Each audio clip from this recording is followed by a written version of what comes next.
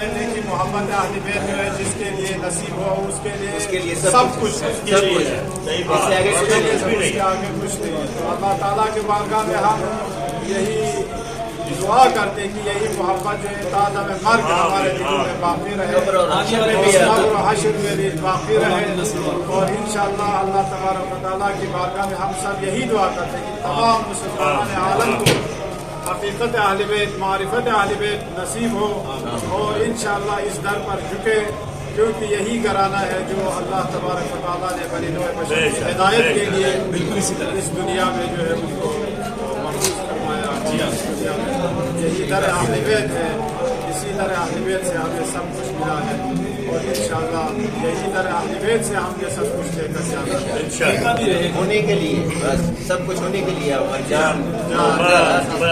یہ ہمارے برادران اہل سنت سے ان کا تعلق ہے، ان کی محبت دینا از برادران اہل سنت معاذن 70 کیلومتر بعد پیاده آمدن.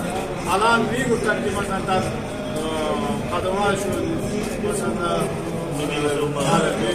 بیبی معصومه انشاءالله میرن که انشاءالله اونجا علاج معالج میشه، بعد انشاءالله به طرف کربلا عازم کربلا هستن. حاج آقا از کدوم شهر پاکستانید؟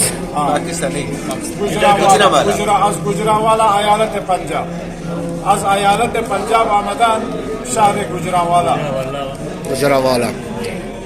الان توی ظاهرسرایی هستی که متعلق به امام رضا است. ابھی آپ اس ظاہر سرا میں ہے جو امام رضا علیہ السلام سے متعلق ہے۔ جی یہ امام رضا علیہ السلام کے دولت سے جو ہے یہ زائرین کے لیے بنا ہے۔